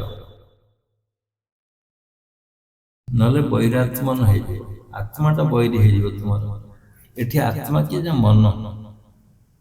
ମନ ଉଲଝନ କରି ରଖୁଛି ତୁମକୁ। ତେଣୁ ଶତ୍ରୁ ଯେତିକି ସମ୍ଭବ ନିଘା ନ ରଖିକି ତୁମ ମନ ଉପରେ ନିଘା ଦିଅ। ତାକୁ ସତର୍କ ଦୃଷ୍ଟିରେ ସଦାବେଳେ ଦେଖ। ସତର୍କ ଦୃଷ୍ଟିରେ ମନକୁ ଦେଖ। ତାକୁ ବିଚାର କର, ସେ କଣ କହୁଛି। ପ୍ରତି ମୁହୂର୍ତ୍ତରେ ସେ ତୁମକୁ ଅଡୁଆରେ ପକାଇବା ପାଇଁ ଯୋଜନା କରୁଛି ମନ। ତାହେଲେ ଏଇ ଘାଟ, ଯୋଉ ଆର ଘାଟଟା, ମୃତ୍ୟୁ ହେଲା ଭଳି ଲାଗିବନି। ପହଞ୍ଚିବ ଘାଟରେ, କିନ୍ତୁ ମୃତ୍ୟୁ ହବନି। ତୁମକୁ ପଟୁଆର ଧରି ସେପଟରେ ଅପେକ୍ଷା କରୁଛି ମୃତ୍ୟୁରେ। ବୁଝିଲେ? ଯଦି ମନକୁ ଜିତି ଯାଇପାରିବ, ଗୋଟିଏ ଗୋଟିଏ କ୍ଷେତ୍ର ତୁମର ପରିଷ୍କାର ଦେଖାଯାଉଛି ଆମକୁ, ସେ ଗୋଟେ ମନ। ତେଣୁ ମନ ତୁମର ଯୋଉ ପ୍ରସଙ୍ଗ ଉଠିଥିଲା, ମନ ତୁମେ ନୁହଁ, ତୁମର ମନ, କିନ୍ତୁ ମନ ତୁମେ ନୁହଁ। ପ୍ରାଣ ନୁହେଁ, ମନ ନୁହଁ, ତୁମେ କିଏ? ତାହେଲେ ଯୋଉ ପ୍ରଶ୍ନ ଉଠିଥିଲା, ତୁମେ କିଏ?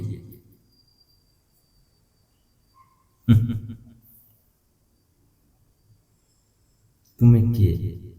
ତୁମେ କୋଉ ରୂପରେ ଅଛ, କୋଉ ରସରେ ଅଛ, କୋଉ ଗନ୍ଧରେ ଅଛ, ତୁମର ସୀମା କେତେ? ତୁମେ କେତେ ସ୍କୋୟାର ଫୁଟ ଖୋଜୁଛ? ନା 1200 ହେଲେ ଚଳିବ, 2400 ହେଲେ ଭଲ ହୁଅନ୍ତା, 3000 ହେଲେ ଆହୁରି ଭଲ। କିନ୍ତୁ ତୁମ ଯେ କେତେ ସ୍କୋୟାର ଫୁଟ ଜାଗା ଅଛି ତୁମେ ଜାଣିନ। ଏ ସମୁଦ୍ର, ଏ ସାରା ବିଶ୍ୱଟା ତୁମର, ଯେତେ ସ୍କୋୟାର ଫୁଟ ହବ ସେଇଟା ତୁମର।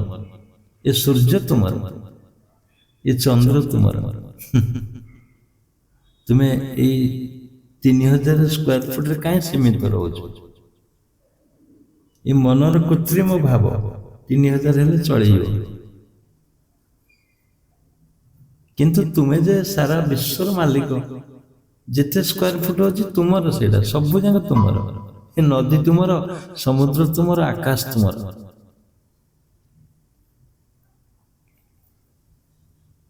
ତୁମେ ପା ରାଜା। କିନ୍ତୁ ଗୋଟେ ଛୋଟ ଲୋକଟା, ଗୋଟେ ଛୋଟ ଚିନ୍ତାଧାରା, ଲିମିଟେଡ କୃତ୍ରିମ ଭାବନା ନେଇକରି ଲିମିଟେସନ ଭିତରେ ତୁମକୁ ବାନ୍ଧି ରଖିବା ପାଇଁ ମନର ଆବିଳତା ତୁମ ଉପରେ ଜାହିର କରି ଚାଲିଛି। ତୁମେ ମନଠାରୁ ବିଚ୍ଛିନ୍ନ ହେଇଯାଅ, ମନ ତୁମକୁ ଆକର୍ଷଣ କରିବ। ତୁମେ ଆଜ୍ଞା ହୁଜୁର କହୁଛ ମନକୁ, ନା ମନ ରାଜ କରୁଛି।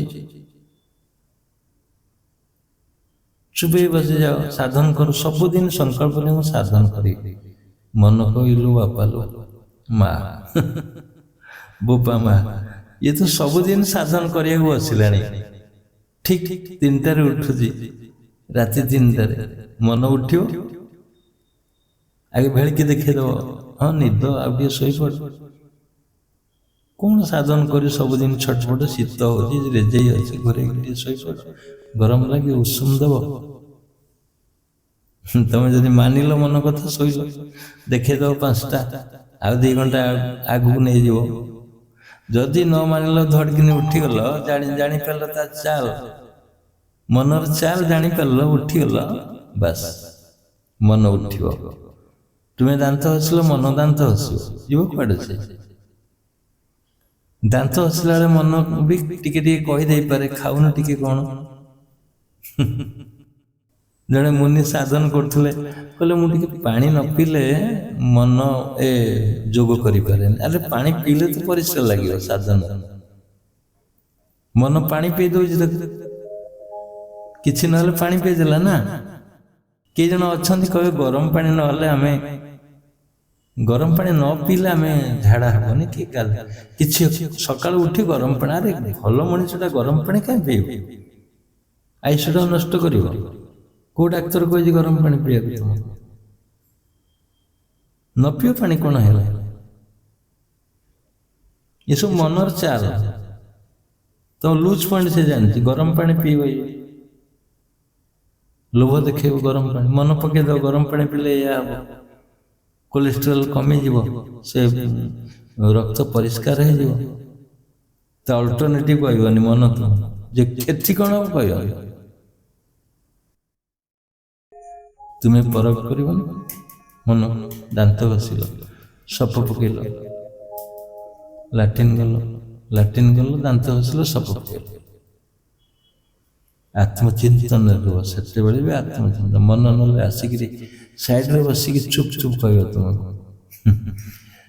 ମନ ଚୁପ ଚୁପ କହିବ, ଅତି ଇଣ୍ଟିମେଟ ହେଇକିରି କହିବ,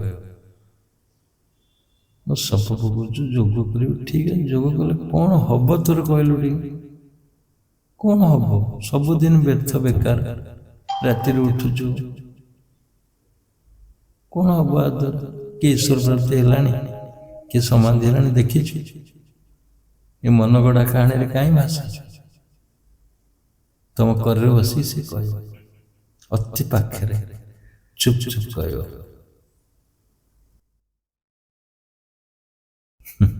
ତୁମେ ଯଦି ତାକୁ ସତର୍କ ନ ହବ ସେ ଗପିବ, ସବୁଦିନ ଗପିବ, ତୁମେ ଶୁଣିବନି ତା କଥା। ସାଧନା ପ୍ରଣବ କଲେ ବାବୁ ରହିବେ, ଆଉ କୁଆଡ଼େ ଯାଇପାରିବନି ମନ। ପ୍ରଣବ ହେଲା ମାନେ ସେଇ ପ୍ରଣବରେ ସିଏ ସାମିଲ ହବ, ଆଉ ଯିବ କୁଆଡ଼େ? ନିରଞ୍ଜନ କହିଲା ବେଳକୁ ହୁଏତ ତମକୁ ଆଉ କ'ଣ କଥା କହିବ, କିନ୍ତୁ ପ୍ରଣବରେ ସାଇଜ ହବ। ନିରଞ୍ଜନ ତମେ କହିଲେ ନିଷ୍କଳଙ୍କ ମନ କହିଦେବ, ତମେ ତ ଏସବୁ କଳଙ୍କ ଅଛି, ନିଷ୍କଳଙ୍କ କେମିତି ହେଲେ? କ'ଣ କହୁଛୁ ମୁଁ ନିଷ୍କଳଙ୍କ?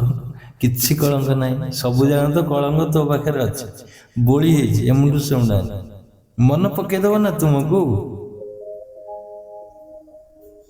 ତମେ କେମିତି କ୍ରସ୍ କରିବ ମନ? କୁହ। ମନ ତ ଲାଗିକି ରହିଛି ନା ତୁମ ସହିତ ସବୁ ମୁହୂର୍ତ୍ତରେ। ଏ କାମ କରିଥିଲୁ, ସେ କାମ କରିଥିଲୁ, ଅମକ କରିଥିଲୁ, ସମକ କରିଥିଲୁ। ବାବା ଗୋଟିଏ ଶବ୍ଦ ପ୍ରୟୋଗ କରିବ, ମନକୁ କଟିଯିବ ସେ ସବୁ କଳଙ୍କ ଯୁକ୍ତ। କ'ଣ କ'ଣ କହିବ? ନହେଲେ ତ ମନ ବୁଝିବା ଦରକାର ନା। କହିବ ଏ ସେ କାମ ମୁଁ ଆଉ କରିବିନି, ଯଦି କହୁଛୁ ହେଇଛି ସେ କାମ ସବୁ ଆଗୁଡ଼ା ଛକି ପଡ଼ିଲା, ମୁଁ ସଂକଳ୍ପ ମୁଁ କରିବିନି, କଟିଗଲା ସବୁ କଳଙ୍କ। ମନର ଆଉ ବୁଦ୍ଧି ନାହିଁ ତୁମକୁ କହିବା ପାଇଁ।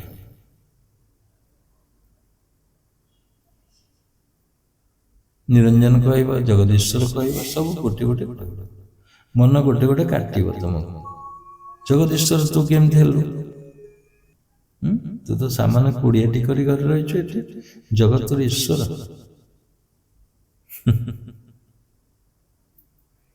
ତୁମେ କାଟିବ କୌଶଳରେ, ପୁଣି ତାପର ଦିନ ଆସିବ ମନ ଯେ ନିରଞ୍ଜନ କହିବ, ପୁଣି କହିବ ନିରଞ୍ଜନ କହୁଛୁ, ନିରଞ୍ଜନ କେତେ ହେଲୁଣୁ, ନିଷ୍କଳଙ୍କ କେତେ ଅଛୁ, ପୁଣି କାଟିବ। ଏମିତି ସବୁଦିନ ଯୁଦ୍ଧ ଚାଲିବ। ତେଣୁ ମନ ତୁମର ପରମ ସତର୍କ ରୁହ। ମନ ତୁମେ ନୁହଁ, କେବେ ମନ ତୁମେ ନୁହଁ।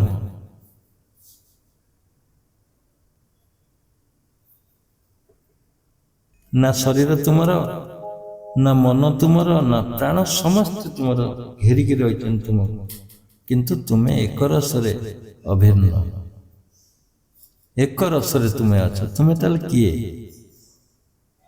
କିଏ ତୁମେ? କୋଉଠି ଥିଲ, କୋଉଠିକି ଆସିଛ, କ'ଣ କରିବା ପାଇଁ ଆସିଛ? କ'ଣ ଦି ମାଣେ ବିଲ କିଣିଦେଲେ ଜୀବନଟା ସାର୍ଥକ ହେଇଗଲା ତୁମେ ଭାବୁଛ?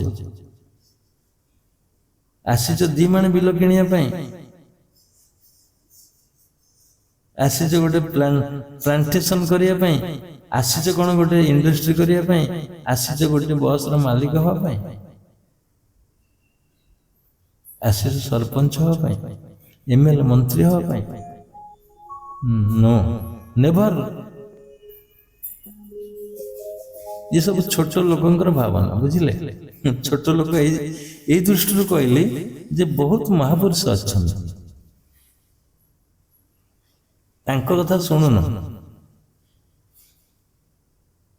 ये छोट छोट चिंताधारा तुमको बांधिकी मन रखी, छोट बुद्धि रे तुम्हें रही जाइए। मु तो केवेठू मुनि समाज कथा मु कहूनी, केवेठू मो भीतर ज्ञान सृष्टि होता मैट्रिक बेले सर्विस गोटे कौन कर, सर्विस अर्थ तो सर्विस खटिया पड़ो, कौट चाकरी रहा पड़ो। बंधन मत भल लगुन,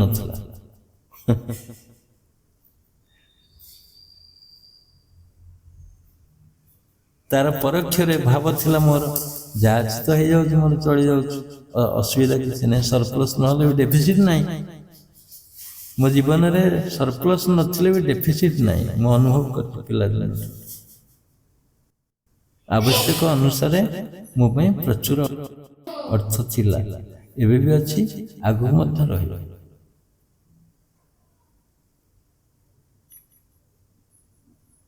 ତେଣୁ ସେଇଟା ମୋତେ ଖୁରାକ ଦେଇଥିଲା ମୂଳରୁ। ସର୍ଭିସ କ'ଣ କରିବି, ତା ଭିତରେ ଖୋଜୁଥିଲି ନା ମୁଁ କ'ଣ କରିବି।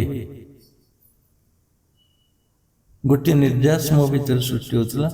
କେତେ ଗୁଡ଼ିଏ ଲୋକ ମୋ ପାଖକୁ ଆସନ୍ତୁ, କିଛି ଉପଦେଶ ନିଅନ୍ତୁ। ଜାଣିନଥିଲି ଯୋଗ ଶିକ୍ଷା ଦେବି, ଜାଣିଥିଲି ଭଲ କଥା କହିବି, ଏତିକି ଜ୍ଞାନ ସୃଷ୍ଟି ହେଉଥିଲା।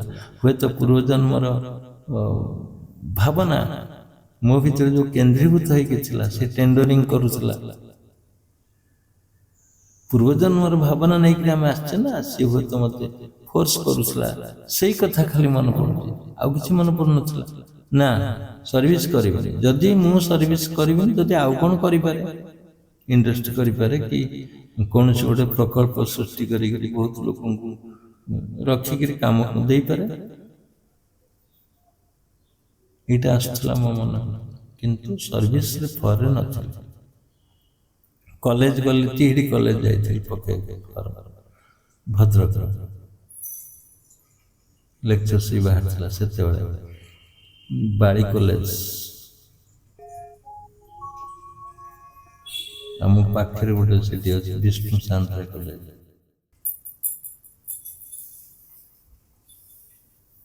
ଆଉ ଗୋଟେ, ହଁ, ବିଷ୍ଣୁ ସାନ୍ତାଳ କଲେଜ। ଆଉ ଗୋଟେ ସେଠି ରତ୍ନଗିରି କଲେଜ ଥିଲା। ଏସବୁ ପକେଇଥିଲି, କିନ୍ତୁ ସମସ୍ତେ ପଇସା ମାଗିଲେ।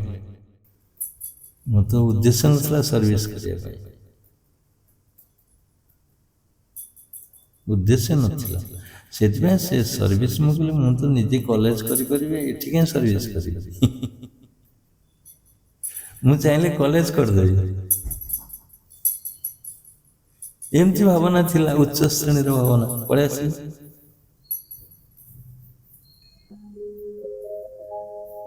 ତେଣୁ ମନ କ'ଣ ମୋତେ ବୁଝେଇନି ସେତେବେଳେ। ଏତେ ପାଠ ପଢିଲୁ, ସର୍ଭିସ ନ କଲେ ପଇସା ଆସିବ କୋଉଠୁ? ସେ ସମ୍ମାନ ଅଛି, ଲେକ୍ଚରସିପ୍ ଗୋଟେ ସମ୍ମାନ ଅଛି, ସେ ଅମକ ଅଛି, ସମକ ଅଛି। ସବୁ ବଡ଼ ବଡ଼ କଳ୍ପନାରେ ମୋତେ ଛନ୍ଦୁଥିଲା। ମୁଁ ବି ଆହୁରି ବଡ଼ ବଡ଼ କଳ୍ପନାରେ ତାକୁ ବୁଝଉଥିଲି। ଏସବୁ ଯୁଦ୍ଧ, ଏସବୁ ପରୋକ୍ଷ ଯୁଦ୍ଧ ନୁହେଁ, ପ୍ରତ୍ୟକ୍ଷ ଯୁଦ୍ଧ। ତୁମେ ଯଦି ମନକୁ ସାମ୍ନା କରିପାରିବ ପ୍ରତି ମୁହୂର୍ତ୍ତରେ, ତାହେଲେ ସାଧନ କରିପାରିବ। ମୁଁ କହିନି ଆଗରୁ, ସାଧନଟା ସେଇ ସମୟ ନୁହେଁ, ସାଧନଟା ସକାଳୁ ଉଠିଲେ ସନ୍ଧ୍ୟା ପର୍ଯ୍ୟନ୍ତ ସାଧନ। ପ୍ରତି ମୁହୂର୍ତ୍ତରେ ସାଧନ ଅଛି।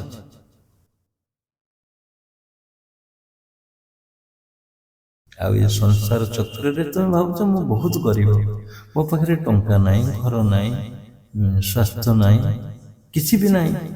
ସବୁ ଅଛି ତୁମ ପାଖରେ, ତୁମ ଭାବନାରେ ଅଛି ସବୁ। ଭାବନା କର, ପୁରା ପଲଟିବ। ଘର ନାହିଁ, ବାରମ୍ବାର ମୁଁ କହିଛି, ଘର ନାହିଁ ଯଦି ଗୋଟେ ଘର ବନେଇ ଦିଅ ପାଖରେ। 1000-2000 ଟଙ୍କା ହେଲେ ଗୋଟେ ଘର ହେଇଯାଏ। ଯୋଗ ପାଇଁ ଗୋଟେ ଘର, ଝାଟି ମାଟି କାନ୍ଥ, ବାସ୍ ସୁନ୍ଦର ଲାଗିବ। ଝାଟି ମାଟି କାନ୍ଥ ଲିପୁଥିବ, ମାଟିରେ ଲିପୁଥିବ, ଗୋବରରେ। ବଲ୍ହା 2-4ଟା ହେଲେ ଘର ହେଲା। ବାଉଁଶ 6 ଖଣ୍ଡ ହେଲେ ହେଲା। କୁକେଇ ବାନ୍ଧିବାକୁ ବାଉଁଶ ମିଳିବ, ଘର କରିବାକୁ ବାଉଁଶ ମିଳିବନି।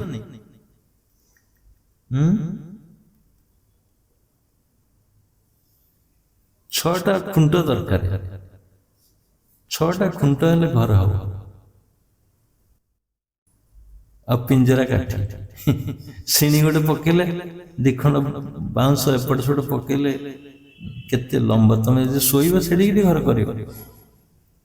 ତୁମେ ଯେତିକି ଶୋଇବ, ଯେତିକି ଫୁଟ ଲମ୍ବା, ଆଉ ଫୁଟେ ଅଧିକା କରିବ, ଏତିକି ତ କଥା। ହାତ ଓସାର କରିବ, ଯେତିକି ଓସାର ସେତିକି ଘର କରିବ, ଘର ହବନି।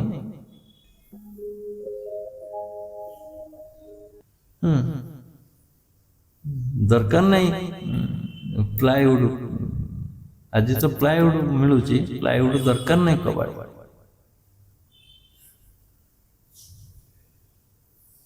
ଯାହାର ପଇସା ନାହିଁ, ସେ ଛୋଟ ଗୋଟେ କବାଟର ଟିଣରେ ବି ଲଗେଇ ପାରିବ। ବୁଝିଲେ ନାଇଁ ତ ଯୋଉ ତେଲ ଡବା ଆସୁଛି ତାକୁ କାଟିକିରି ବି ବାଡ଼େଇକିରି କଣ୍ଟାରେ ଗୋଟେ ଡୋର କରିପାରିବେ। ନା ତ ସୁନା ରଖିବ ସେ ଘରେ, ନା ଗଡରେଜ ରଖିବ, କିଛି ତ ନାହିଁ। କେବଳ କୁକୁର ପଶିବା ପାଇଁ ଗୋଟେ ଆବରଣ ଦରକାର ସେ ଘରକୁ। ଚୋର ଯିବେନି ସେଠି। ମାଠିଆ ଟିକେ ଯୋଉ ରଖିବ ଆଉ କିଛି ନାହିଁ। ବାସ୍ ସପଟି ଥିବ, ବେଡସିଟ୍ ଥିବ, ଗନ୍ଥା ଗୋଟେ ଥିବ, ସରିଗଲା ତମ ସାଧନ ଉପକରଣ। କେହି ଯିବେନି ସେଠିକି। ପାହାଡ଼ ଉପରେ ବାବା ଆମର ସେଇଥିପାଇଁ ଚୋର ଚୋରି କରି ନେଇଯିବେ ବୋଲି ସବୁ ମାଟି ପାତ୍ର କରିଥିଲେ ଖାଇବା। ମାଟି ପାତ୍ର କାହିଁକି ଚୋର ଯିବ ନେବା ପାଇଁ? ସିନା ସିଲଭର ଥାଳି ଥିଲେ ନେଇଯିବ, କି କଂସା ଥାଳି ଥିଲେ ନେଇଯିବ, ରୂପା ଥାଳି ଥିଲେ ନେଇଯିବ, ସୁନା କଥା ଛାଡ଼। ସେ ବୁଦ୍ଧିମାନର କାମ କରି ମାଟି ପାତ୍ର ସବୁ କରିଥିଲେ। ଆମେ ବି ଯାଇଛେ ମାଟି ପାତ୍ର, ବହୁତ ସୁନ୍ଦର ଲାଗେ।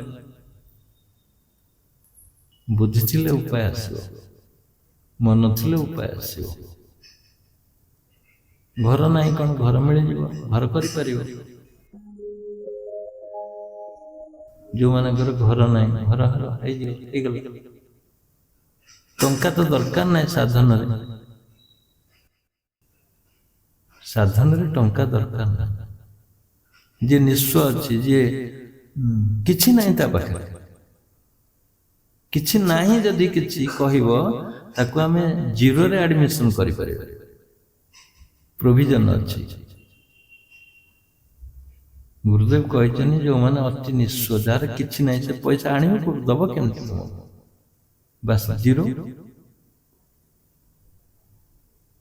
ଜିରୋରେ ବି ଆଡମିସନ କରୁଛୁ ଆମେ। କେତେ ଲୋକଙ୍କୁ ଜିରୋରେ ଆଡମିସନ କରୁଛୁ? ଦିଟା ଗୋଷ୍ଠୀ ଅଛନ୍ତି, ଦିଟା, ଗୋଟେ ଥିଲା ବାଲା, ଗୋଟେ ନଥିଲା ବାଲା। ଏ ସଂସାରରେ ମିଳିବେ ହାଭ ନଟ୍। ହାଫ ବାଲା ଅଛନ୍ତି, ହାଫ ନଟ୍ ବାଲା ଅଛନ୍ତି, ଥିଲା ବାଲା ନଥିଲା ବାଲା। ତାଙ୍କ ପାଇଁ ମଧ୍ୟ ସୁବିଧା କରାଯାଇଛି। ଆମେ ତ ଗୋଟେ ବିରାଟ ଆଶ୍ରମ କରିବା ପାଇଁ ରଖିଛୁ ବୋଲି ପ୍ରକଳ୍ପ। କଣ କଣ ପଇସା ଆମେ କହିପାରୁଛୁ ଦିଅ, କିନ୍ତୁ ଆମେ ତ ସେଇ 200 ଟଙ୍କାରେ ଆଡମିସନ କରିଛୁ, 300 ଟଙ୍କାରେ ଆଡମିସନ କରିଛୁ, 500 ଟଙ୍କାରେ ଆଡମିସନ କରିଛୁ, 800 ଟଙ୍କାରେ କରିଛୁ, 1000, 1100 ପର୍ଯ୍ୟନ୍ତ ଯାଇଛି। 10 ବର୍ଷ ଆମେ ଆଡମିସନ ରଖିଛୁ। ସେଇ ପଇସା ରଖିଥିଲୁ କି ନାହିଁ? କିନ୍ତୁ ଯୋଗ ପାଇଁ ପଇସାର ଆବଶ୍ୟକତା ହବନି। ମନେ ରଖନ୍ତୁ, ଯଦି ନିଜର ଇଚ୍ଛା ଅଛି ସବୁ କିଛି ମିଳିଯିବ। ଆଉ ସ୍ୱାସ୍ଥ୍ୟ, ଘର ମିଳିଗଲା, ସାଧନ ପାଇଁ ସୁଯୋଗ ମିଳିଗଲା, ଏବେ ସ୍ୱାସ୍ଥ୍ୟ। ସ୍ୱାସ୍ଥ୍ୟ ତ ଯାହା ଅଛି ସାଧନ କଲେ ସବୁ ମିଟିଯିବ, କିଛି ରହିବନି, କିଛି ରହିବନି। ଗୋଟିଏ ପ୍ରଣବକୁ 1000 ରୋଗ ଆକ୍ରମଣ କଲେ ବି ପ୍ରଣବ ଧ୍ୱନି ନଷ୍ଟ କରିଦେବ, ଯଦି ଠିକ ସେ ପ୍ରଣବ କରିବ ଜଣେ। ଆଉ ଶୁଭ ଚିନ୍ତନ, ପଜିଟିଭ ଭାବନା, ହାଇ ଥିଙ୍କିଂ, ଏ ସବୁ ଭାବନାର ବହୁତ ରୋଗ ଭଲ ହେଇଯିବ। ଆଙ୍ଗଜାଇଟି ଅଛି, ପିଲାଙ୍କୁ ଦେଖିଲେ, ଲେକ୍ଚର ଜଣେ ଆଡମିସନ କରିଥିଲା, ପିଲାଙ୍କୁ ଦେଖିଲେ ଡରିବ କ୍ଲାସରେ ଯାଇକି। ଏଠି ମେଡିସିନ ଦେଇକି ଆମେ ତାକୁ ଭଲ କଲୁ କେବଳ କଥାରେ, ବାସ୍। ଭୟ ଗୋଟେ ରୋଗ। କେତେ ଗୋଟେ ରୋଗ ଅଛି କଥାରେ, ଜ୍ଞାନରେ ଭଲ ହେଇଯିବ। ଜ୍ଞାନ ହେଲା ମାତ୍ରେ ଭଲ ହେଇଯିବ, କିଛି ଦରକାର ନାହିଁ। ଆଉ ତେଣୁ ଗୋଟେ ସାଧକ ହିସାବରେ ମୁଁ ଯେତିକି ଏକ୍ସପିରିଏନ୍ସ ନେଇଛି, ଯେତିକି ଅନୁଭବ କରିଛି, ଯେତିକି ଅବଜରଭେସନ କରିଛି, ନିରୀକ୍ଷଣ କରିଛି, ସେଇଟା ହଉଛି ମନ। ମନକୁ ସଦାବେଳେ ଜଗ। ମନ ତମ ଛାଇ ଭଳି ଲାଗିଛି ତମ ପ୍ରତି, ତୁମେ ଯୁଆଡେ ଗଲ ମନ ଛାଡ଼ି ଚାଲ। ବିନା ମନରେ କିଛି କରିପାରିବନି। ମନକୁ ସଦାବେଳେ ସପ୍ରେସ କର, ଦେଖିବ ଜୟଯୁକ୍ତ ହବ। ମୁଁ ଏବଂ ମୋର ର ଯୋଉ ସୂଚନା ଦେଲି, ମୋର ମାନେ ସବୁ କିଛି ତୁମର, କିନ୍ତୁ ତୁମେ ସେଗୁଡ଼ା ନୁହଁ। ତୁମେ ଏକ ରସରେ ଅଛ, ଆଉ କିଏ ତୁମେ ଖୋଜ।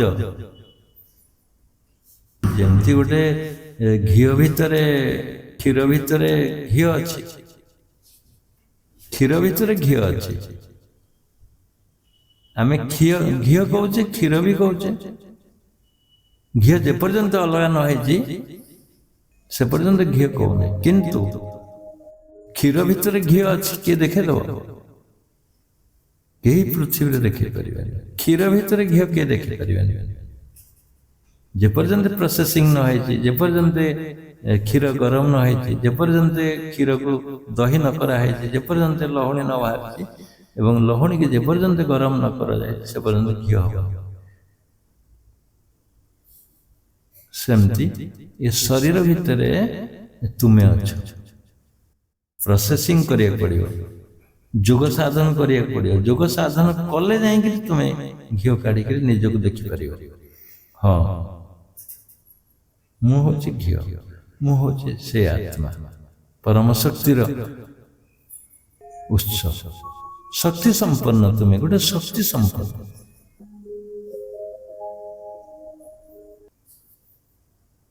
ତେଣୁ ଶରୀର ଆବଶ୍ୟକ ଅଛି, ମନ ବି ଆବଶ୍ୟକ ଅଛି, ସବୁ ଆବଶ୍ୟକ ଅଛି, କିନ୍ତୁ ତୁମେ ଆବଶ୍ୟକତାର ଉର୍ଦ୍ଧ୍ୱରେ ଅଛ। ତୁମେ ସେଗୁଡ଼ା ନୁହଁ। ପାର୍ଥକ୍ୟ ଖୋଜ, ଶରୀର ଭିତରେ ତୁମେ ନିଜକୁ ଖୋଜ, ପାର୍ଥକ୍ୟ ଖୋଜ। ପାର୍ଥକ୍ୟ ହେଲେ ତୁମେ ମିଳିବ, ନହେଲେ ମିଳିବନି।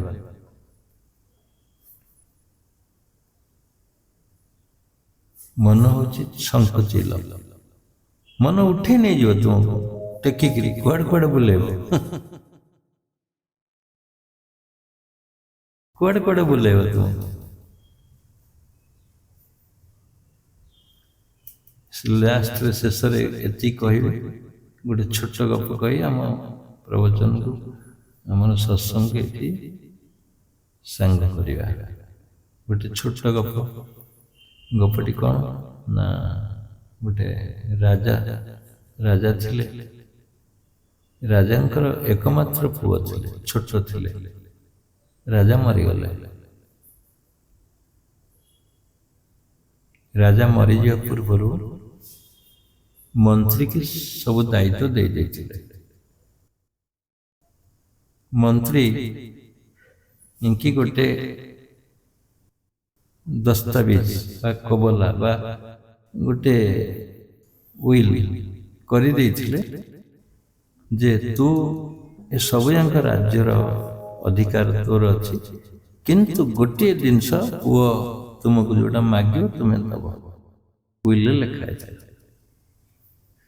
ସବୁ ତୋର, ରାଜସିଂହାସନ ତୋର, ସବୁ ତୋର, ତୁ ରାଜଗାଦିରେ ବସିବୁ, ସବୁ କାମ କରିବୁ, ଜାହିର କରିବୁ ସବୁ, କିନ୍ତୁ ଗୋଟିଏ ଜିନିଷ ମୋ ପୁଅ ତୁମକୁ ମାଗିବ, ତୁମେ ଦେବାକୁ ବାଧ୍ୟ। ଦଲିଲ ହେଇଗଲା। ରାଜା ମରିଗଲେ, ମନ୍ତ୍ରୀ ଜାହିର କଲା, ରାଜା ହେଇଗଲା। ମନ୍ତ୍ରୀଟା ରାଜା ହେଲେ କ'ଣ ହବ? ଯାହା ହବ ଜାଣିଛନ୍ତି। ଅସ୍ତବ୍ୟସ୍ତ କରିଦେଲା ରାଜ୍ୟକୁ। ସେଠୁ କିଛି ଦିନ ପରେ ପୁଅ ବଡ଼ ହେଇଗଲା। ପୁଅ ଯେତେବେଳେ ବଡ଼ ହେଇଗଲା, ସମସ୍ତେ କହିଲେ ଆରେ ତୁ ତ ରାଜା ଛୁଆ, ମନ୍ତ୍ରୀ ତ ଏଇ ରାଜଗାଦିରେ ବସିଛି, କ'ଣ କରିବୁ? ଆ ମନରେ ସୃଷ୍ଟି ହେଲା, ମୋ ରାଜ୍ୟ କେମିତି ପାଇବେ। ସେ ଦଲିଲ ଅଛି ତା ପାଖରେ, ନେଇକି ଦେଖେଇଲା। ସମସ୍ତଙ୍କୁ କହିଲା ବାପା ତ ସବୁ ଲେଖି ଦେଇଛନ୍ତି, ରାଜ୍ୟ ତାର, ସିଂହାସନ ତାର, ସବୁ ତାର, ତୁ କେମିତି ପାଇବୁ? ସେଠୁ ସେ ତ ପରିଶାନ ହେଇଗଲା, କାହିଁକିନା ମନ୍ତ୍ରୀ ଅଣ୍ଡରରେ ରହିଛି। ଆ ପୁଅ ରାଜା ଛୁଆ ହେଇକିରି ମନ୍ତ୍ରୀ ଅଣ୍ଡର। ରାଜାର ଚାକର କିଏ? ମନ୍ତ୍ରୀ। ମନ୍ତ୍ରୀ ରାଜା ହେଇଯାଇଛି, ରାଜାର ଛୁଆ ରାଜା ହବ କି ନାହିଁ? ସେଠୁ ଖୋଜିଲା, ଗୋଟେ ବୁଦ୍ଧିମାନ ପାଖରେ ଏ ଦଲିଲ ମିଳିଲା, ପାଇଲା। ପଚାରିଲା, କହିଲା ମୁଁ କେମିତି ରାଜ ସିଂହାସନ ଫେରି ପାଇବି? ନା ସବୁ ତ ଲେଖା ହେଇଛି, ଗୋଟିଏ ଜିନିଷ ଲେଖା ହେଇଛି, ସେଇଥିରେ ତୁ ପାଇଯିବୁ। ଯା ମନ୍ତ୍ରୀ କି ଏଇ ଜିନିଷଟା ମାଗୁ। କଣ ହେଇଥିବ ସେ ଜିନିଷ ମାଗିଲେ ସବୁ ରିଟର୍ନ ହେଇଯିବ। ସେ ଜିନିଷ ହଉଛି ସେ କହିଲେ ଗୋଟିଏ ଜିନିଷ ମୁଁ ମାଗିବି, ଯେମିତି ମୋ ବାପାଙ୍କର ତୁ ଚାକର ଥିଲୁ ତୁ ମୋର ଚାକର ହଉ।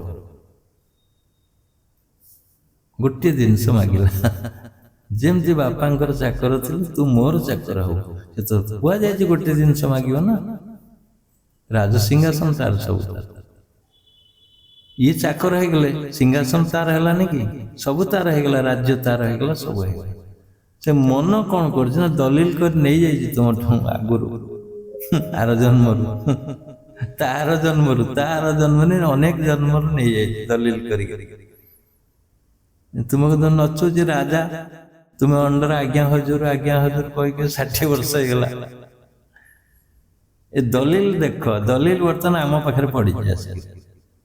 ଆମେ ସେଇ ଉତ୍ତର ଦବୁ ଯେ ତୁ ମୋର ଚାକର।